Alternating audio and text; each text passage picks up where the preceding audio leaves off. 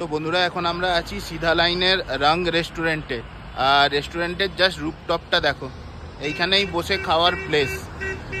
আর এই রেস্টুরেন্টটা হচ্ছে সিধা লাইন মানে সোনাডাঙ্গা থেকে ঠিক 1 কিলোমিটার এলে সিধা লাইন বলে একটা অফবিট জায়গা পড়বে।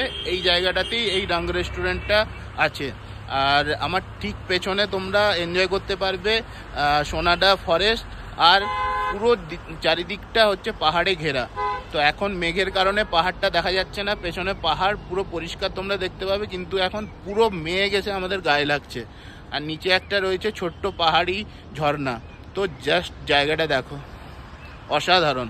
আর এখান থেকে জাস্ট 1 কিলোমিটার এগোলেই হচ্ছে রংবুল। তো আমরা প্রায় জোড়বাংলো মোড় চলে এসেছি। আর ধরো ওই 8-10 কিলোমিটার মতো হবে। তো আমরা ওখান থেকে একদম তাকদার জন্য রওনা দেব। জাস্ট এই লোকেশনের ভিউটা দেখো, অপূর্ব।